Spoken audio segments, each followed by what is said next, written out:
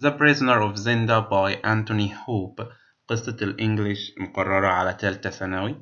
معاكم جون صبحي من قناة دكتور جون، وإن شاء الله هنقراها ونشرحها مع بعض علشان تبقى سهلة جدا إن شاء الله. أهم حاجة في القصة إن إحنا ما نحفظش أسئلة، يعني لو كنت متعود على كده السنين اللي فاتت، السنة دي مش هينفع نحصل الحركة دي، لأن الأسئلة السنة دي بتبقى معتمدة على الفهم. في أسئلة مضافة critical thinking، في أسئلة بيقولك لو الحدث ده ما كانش حصل كان هيحصل ايه. يعني السؤال ده عمرك ما ينفع تحفظ اجابته، السؤال ده انت لازم تبقى فاهم الاحداث اللي دارت وايه اللي ترتب عليها، وبالتالي لما تعرف لما تتخيل انها ما حصلتش تعرف ايه اللي كان هيحصل مكانها. خلينا ما نطولش. الراوي اللي هيحكي لنا القصة او اللي حصلت، بطل القصة اسمه راسندل او رودولف راسندل. مش هتكلم على باقي الشخصيات، خلينا نقرا والشخصيات لما تيجي في وقتها هنتكلم عنها. نركز مع بعض في التكست، انا مرضتش اشيل حاجة منه علشان كل حاجة فيه مهمة. لازم تبقى فاهمه كله، ولازم تبقى عارف ترتيب الاحداث، وتركز شوية على مين قال ايه وكده، علشان خاطر لو ما يجيلك سؤال الحاجات اللي معتمدة على الفهم تعرف تجاوبها. بيقول ايه بداية كلامه؟ I was eating breakfast in the dining room of my brother's house one sunny morning. في يوم كان مشمس، أنا كنت باكل الفطار بتاعي في أوضة الطعام في بيت أخويا. تمام، اللي بيتكلم ده الراوي بتاعنا اللي هو رودولف راسندل. Thinking about what I would do that week. بفكر أعمل إيه الأسبوع ده. When my brother's wife Rose came into the room. كنت باكل لما دخلت روز مرات أخويا إلى الأوضة. بصوا، أنا حاولت أعمل الكوتيشن أو الجمل اللي بيقولها الأشخاص بألوان معينة ثابتة. كل شخص بيتكلم بلون معين عشان نركز ونشد انتباهنا شوية. الكلام ده مين اللي قاله، والكلام ده توجه لمين عشان نركز يعني. أوكي، فبتقول له إيه؟ رودولف, you are 29 years old, she said. Are you ever going to do anything useful? ما قالتلوش صباح الخير. قالت له انت يا عم، انت عندك 29 سنة، مش ناوي تعمل حاجة مفيدة في حياتك؟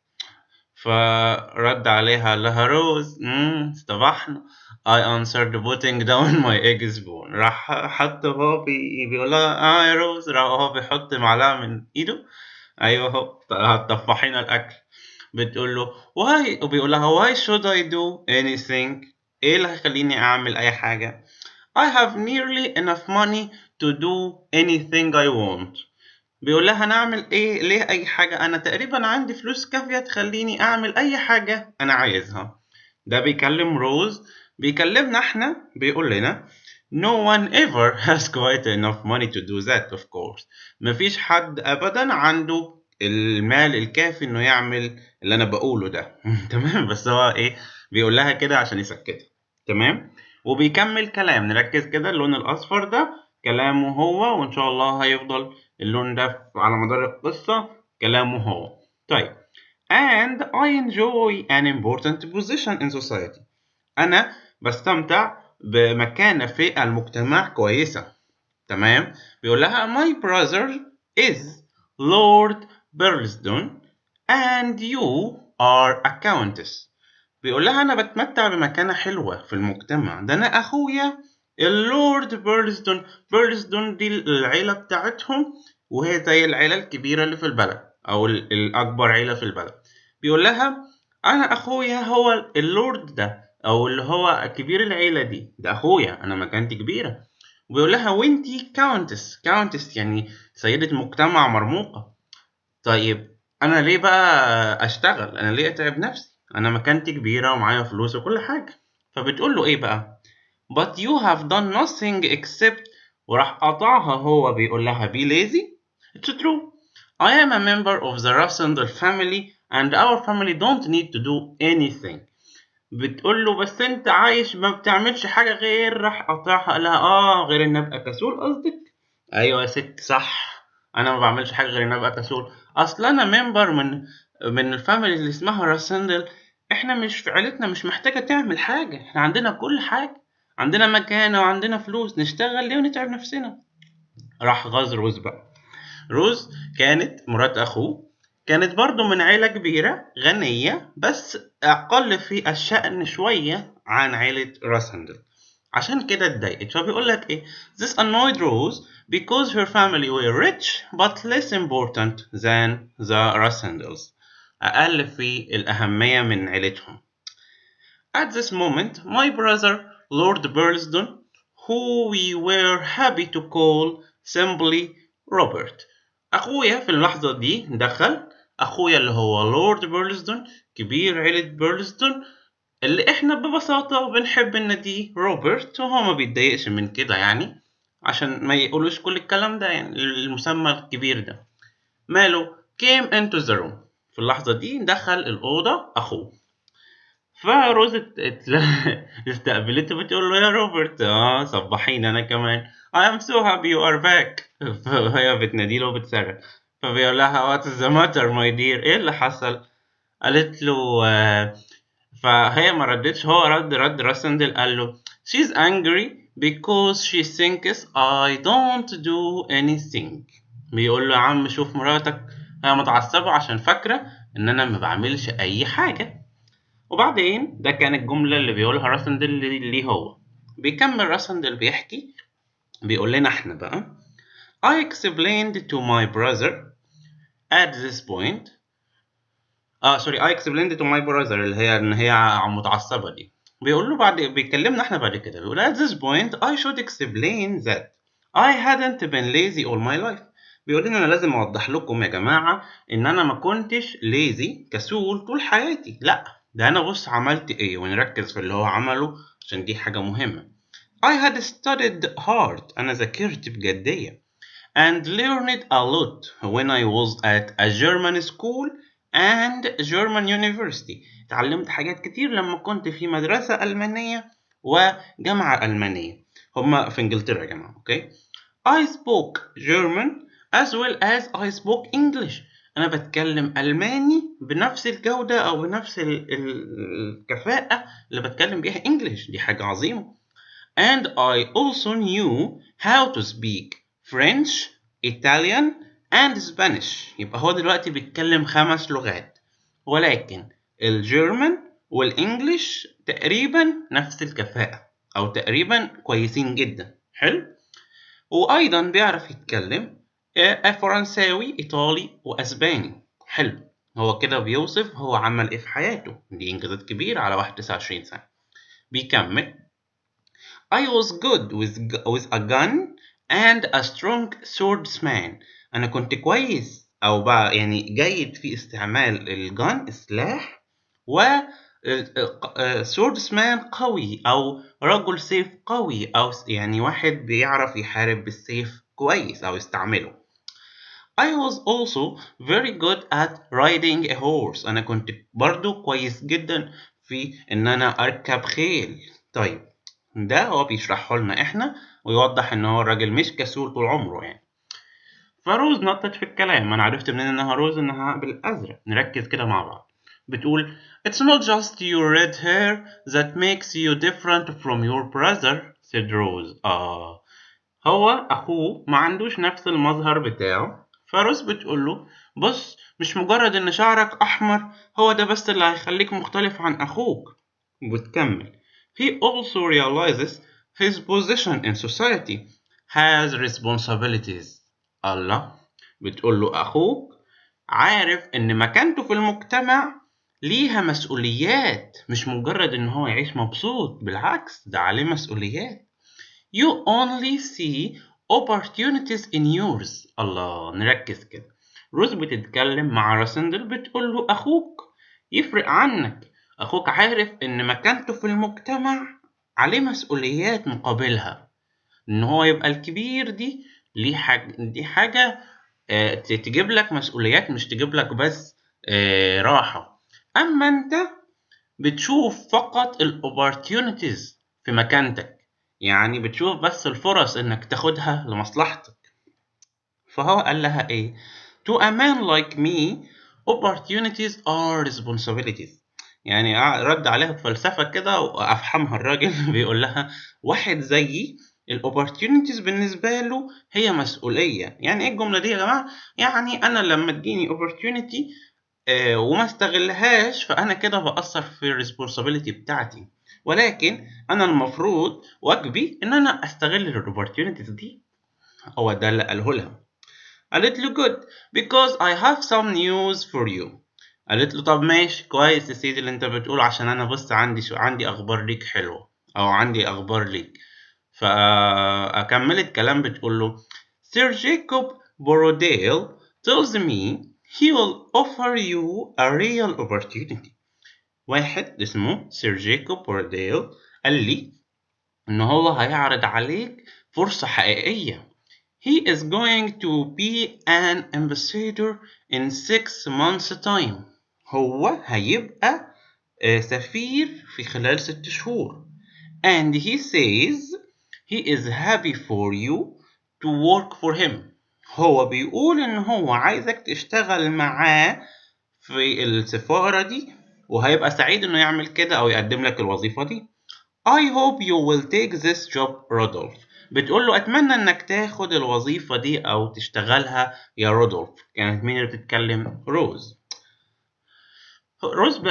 رودولف بيحكي لنا بيقول لنا My sister-in-law has a way of asking people to do things. بيقول أختي in-law دي اللي هي مرات أخويا يعني عندها طريقة كده تقنع بيها الناس إنها تعمل حاجة، أو تقول بيها للناس الحاجات تخليها impossible to refuse. يعني مش عارف تقول لها لأ. شوف جابتها لي منين. كده يعني. بيكمل moreover I thought this job sounded quite interesting. وفي نفس الوقت كمان أنا لما فكرت حسيت إن الوظيفة دي شكلها كده interesting، شكلها حلوة كده مسلية، سفارة بقى وسفر وحاجات حلوة يعني. So I said, if in 6 months' time I am in a position to take this job, then I will certainly say yes. يعني لو كنت فاضي بعد 6 شهور إن شاء الله جدول أعمالي فاضي هشتغل الشغلانة دي. قالت له oh Rudolph how good of you. إيه طب كتر خيرك. Where will he be working؟ بيقول لها هو هيشتغل فين؟ السفارة دي يعني بلد تاني. قالت له Sir Jacob doesn't know which country it will be. ما يعرفش هتبقى أنهي بلد. But he is sure it will be a good embassy. ولكن هو واثق إن هي هتكون سفارة كويسة. فراسندر بيقول لها For you I will do it even it's a terrible embassy. طبعا كل عقلها بكلمتين. بيقول لها بصي عشان خاطرك انت يا روز انا هشتغل حتى لو كانت زي الزفت عشان خاطرك بس. Now I had made my promise to Rose. طبعا أنا دلوقتي اتدبست ووعدت روز إني هتنيل أشتغل. But there were still 6 months to go before the job would start. بس لسه عندنا 6 شهور قبل ما نبدأ الشغل، فاحنا حلو يعني وقت حلو فاضي. And I began to think about what I could do in this time. أنا بدأت أفكر ممكن أعمل إيه في الوقت ده. I decided that I would visit Mauritania, a small country in the middle of Europe. أنا فكرت أو قررت يعني إن أنا أزور موريتانيا. موريتانيا دي عبارة عن small country in the middle of Europe، في وسط أوروبا. My family have always had an interest in that country. ونركز بيقول عيلتي اللي هي عيلة راسندل دايما كان ليها اهتمام في البلد دي، أو يعني ليها كلام مع البلد دي، أو بتتعامل مع البلد دي. طب ليه؟ قالك because in 1733 Countess Amelia Rossendale married a member of the Mauritanian royal family, the Elfbergs. تاني ايه السبب اللي بيخلي عيلته كانت ليها تعامل مع البلد دي اللي هي اسمها موريتانيا؟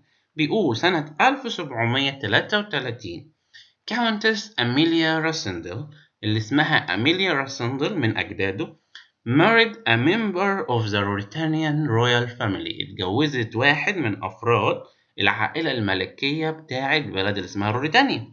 اسمهم ايه العائلة الملكية؟ اسمهم إلفبرجز. دول اسمهم راسندل ودول اسمهم إلفبرجز. تمام؟ حلو. عشان كده احنا لينا او عيلتنا ليها بتروح روريتانيا دي او ليها كلام فيها. In fact, my brother has a painting of paintings دول الجمع of her and her descendants on his wall. بيحكي عن مين؟ عن أميليا راسندل. بيقول أخويا عنده على الحيطان بتاعت بيتهم اللي احنا قاعدين فيه ده عنده صور لمين؟ لأميليا وهير descendants. يعني ايه descendants يا جماعة؟ يعني أحفاد. ماشي؟ على الحيطة بتاعته. بيقول لك بص many of them اللي هم أحفادها دول have the same red hair and straight noses as the Elfbergs. يبقى عندنا صفات في الشكل زي الشعر الأحمر والمناخير الستريت يعني مستقيمة. دول صفات شبه الإلفبرجز. اللي هم مين الإلفبرجز؟ اللي هم روريتانيان رويال فاميلي. مين أخذ الشكل ده منهم؟ أحفاد أميليا راسندل. يبقى دول من عائلة راسندل واخدين الشكل بتاع الإلفبرج بسبب الراجل اللي اتجوزته دي. تمام؟ I am the latest one to have the appearance of Ruritanian royal family. معلومة محورية في القصة عندنا إن هو وآخر واحد في عيلة راسندل عنده الشكل بتاع العيلة بتاعت روريتانيا دي. إيه الشكل؟ الشعر الأحمر والستريت نوز. تمام؟ My decision was helped a few days later when I read in the Times magazine, in the Times newspaper that Rudolph V was to become king of Ruritania in the next 3 weeks.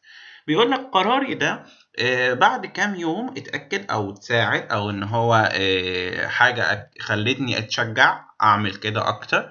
إمتى؟ لما قريت في جريدة التايمز إن رودولف ذا فيفث واحد اسمه رودولف برضو. ناخد بالنا اللي بيحكي رودولف راسندل ده رودولف ذا فيفث الخامس. رودولف الخامس was to become king of روريتانيا اللي هو كان عايز يزورها in the next 3 weeks في خلال ال3 أسابيع اللي جايين. رودولف ده تبع الإلفبرجز. ماشي. And that amazing celebration were planned for this joyous occasion. وإن في celebration فظيعة هتتعمل أو متخطط لها بمناسبة الكورونيشن ده أو إن هو هيبقى ملك. I thought فكرت how fantastic it would be to see such an event and began to prepare for my journey. أنا فكرت يا لهوي دي هتبقى خطيرة الرحلة دي. how fantastic it would be عشان إن أنا هشوف event بالعظمة دي. يلا خلاص أنا قررت إني هروح وبيجان فعلا إني أرتب حاجتي أو أرتب للجيرني بتاعتي. I don't like to tell people where I go on my travels. أنا ما بحبش أقول للناس أنا رايح فين في سفرياتي. So I told Rose الزنانة that I was going walking in the Alps. قلت لها إن أنا رايح أمشي في جبال الألبس. I didn't want her to think that I was being lazy either. كمان ما كنتش عايزها تفكرني ان انا ببقى كسول او بستهبل. فقلت لها ايه؟ لا I was going to write a book about social problems in the country. انا مش رايح اتفسح، انا مش رايح اضيع وقت، ده انا رايح اكتب كتاب عن المشاكل الاجتماعية في البلد. فطبعا روز انبهرت. You are going to write a book. That would be such a good thing to do. Wouldn't it روبرت؟ مش كده يا روبرت؟ ده هيبقى حاجة كبيرة هتعملها، دي حاجة حلوة مش كده يا روبرت؟ فروبرت قال له ايه بقى؟ Yes indeed. Writing a book is the best way to get into politics. Agreed روبرت. روبرت قال لها فعلا كتابة كتاب هو أفضل طريقة إنك تدخل في السياسة. روبرت بيهيس وهم مش فاهمين حاجة. And he should know as he has written many books himself. وروبرت طبعا بيتكلم من مصدر معرفة لأن هو نفسه كتب كتب كتير. ف you are right I said to them both. طبعا انتوا صح، ايوه عشان كده انا رايح اكتب كتاب فعلا. however I had no plan to really write a book. في الحقيقة أنا ما كنتش ناوي أكتب كتب، أنا بسرح فيهم. which shows how little we know about the future. حلوة الحتة دي قوي. بيقول له أنا ما كانش عندي خطط إن أنا أكتب كتب. تمام، بيحكي لنا إحنا، وده هيبين لينا إن إحنا ما نعرفش كتير عن المستقبل. ليه؟ Because here I am now writing a book as I had promised to, even if the book has nothing to do with the social problems in the Alps. بيقول كلامي أنا ما كنتش بخطط إن أنا أكتب كتاب ولا حاجة، وده بيبين إحنا قد إيه ما نعرفش المستقبل مخبي لنا إيه. ليه؟ لأن أنا دينا أهو بكتب كتاب فعلا، شايفيني أنا بكتب فعلا كتاب زي ما وعدتهم. بس هو كتاب ملوش علاقة بالسوشيال بروبلمز، بس أنا كتبت كتاب أديني أهو. طيب but let me begin near the start of my journey to Mauritania. خلصنا الكلام ده، بيقول لنا إحنا يلا نبدأ near the start of my journey to Mauritania نتكلم عنها.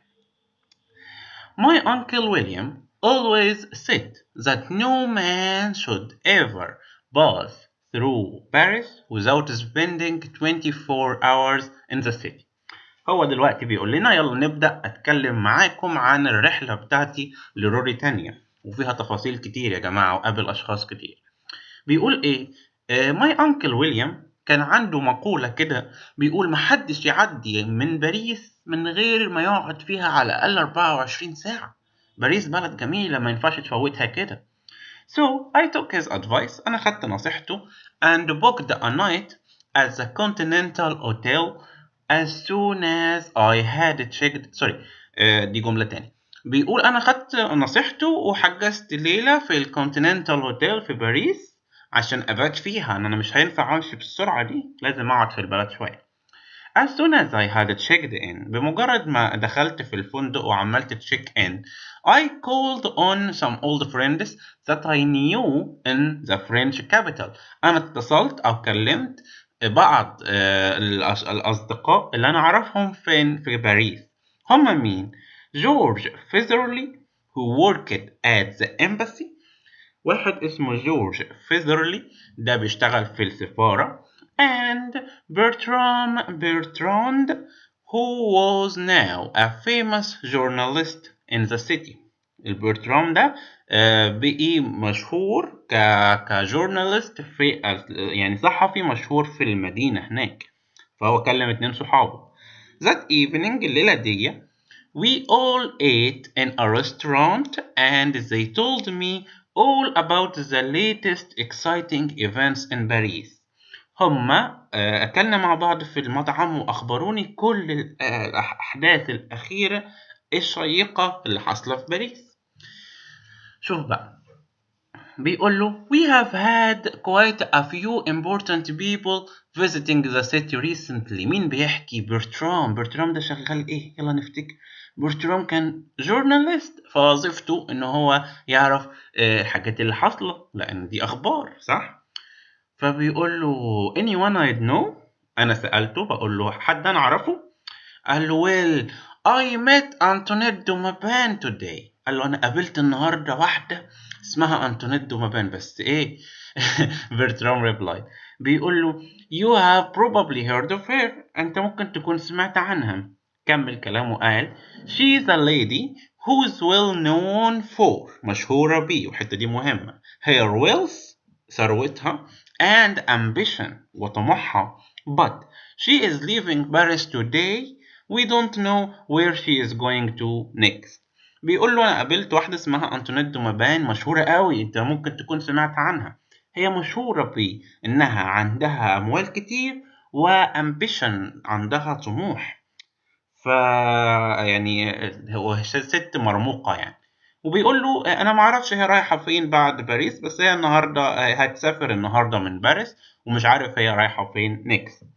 فأنا سأل يعني I asked اللي هو راسندل بيقول so why did she come to Paris؟ هي جت ليه؟ نط عمنا مين؟ جورج. بيقول له she was a guest of the Duke of Strelso. جورج شغال في السفارة. حلو. السفارة بتاعت باريس يعني بيتعامل مع جنسيات مختلفة أو بيتعامل مع الناس اللي جاية من بره، فبيقول له إيه دي هي ضيفة لدوك أوف ستريلسو. وستريلسو دي أول مرة تيجي سيرتها دي العاصمة بتاعت روريتانيا اللي إحنا بنحكي عنها وإن هو ناوي يروحها. طيب هي ضيفة للدوك بتاع ستريلسو. الدوك ده لقب أو يعني منصب في البلد. هي ضيفة عنده. بيقول إيه I met him at the embassy yesterday. أنا قابلت الدوك مايكل ده أو الدوك أوف ستريلسو ده امبارح في السفارة. ما أنا بتاع سفارة بقى. He is the half brother of the king of Mauritania. شغال إيه الدوك ده أو يقرب إيه للملك؟ الهاف براذر يعني أخوه غير الشقيق. People say he was his father's favorite son. الناس بتقول إن هو كان الابن المحبوب لأبيه، ولكن he is gone back for the coronation. هو رجع للبلد اللي هي ستريلسو أو موريتانيا علشان الكورونيشن بتاع أخوه. Although I don't think he will enjoy it very much. بس أنا بص يعني أعتقد إنه مش هيتبسط في الكورونيشن دي. قال له كمل كلام قال له because he probably wishes he were the king. I don't think he likes being only a duke. أعتقد إن هو كان نفسه يبقى هو الملك. ما أعتقدش إن هو مبسوط إنه مجرد دوك، فعشان كده مش هيتبسط في الكورونيشن. أنا حاسس يعني اللي بيتكلم كل الكلام اللي باللون الأحمر ده مين؟ ده جورج. أوكي. برترام قال له I hear he is a clever man though. بس يعني بص أنا أعرف برضو إن هو راجل ماهر. فجورج قال له he is extremely clever I'd say. أنا لو على رأيي يعني لأ هو extremely clever. ده فظيع. هنقف لحد هنا وإن شاء الله هنكمل مع بعض الفيديو اللي جاي ونشوف إيه اللي حصل مع راسندل بعد ما اتحرك من باريس وكمل رحلته ناحية موريتانيا.